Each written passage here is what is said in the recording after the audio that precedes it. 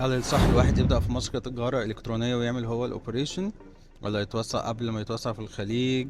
وهل سوق مصر فيه ربح فعلا ولا لا؟ بص، فعلا والله العظيم اسمع مني، السوق المصري سوق كويس جدا جدا جدا. لسه الكومبيتيشن فيه رغم كل الناس اللي بتبيع وكده، الكومبيتيشن فيه قليلة قوي. عدد ال احنا عددنا كبير جدا، في عندنا حاجة اسمها barrier of entry او صعوبة ان الواحد يستورد حاجة، فده بالتالي مخلي برضو المعروض مهما كان لسه قليل. فانت لو قدرت توصل لمنتج لسه منتشرش هنا في مصر، تقدر تعمل منه ارقام كويسه جدا.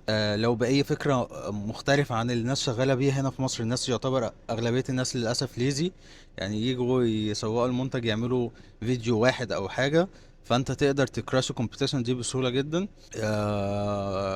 في مصر لا، دلوقتي انت ممكن حتى تشوف ايه اللي هو شغال بره، تاخده تترجمه وتعمل بيه اعلانات على طول، وتعمل لاندنج بيجز او حاجه او ستور، ويمشي كويس جدا.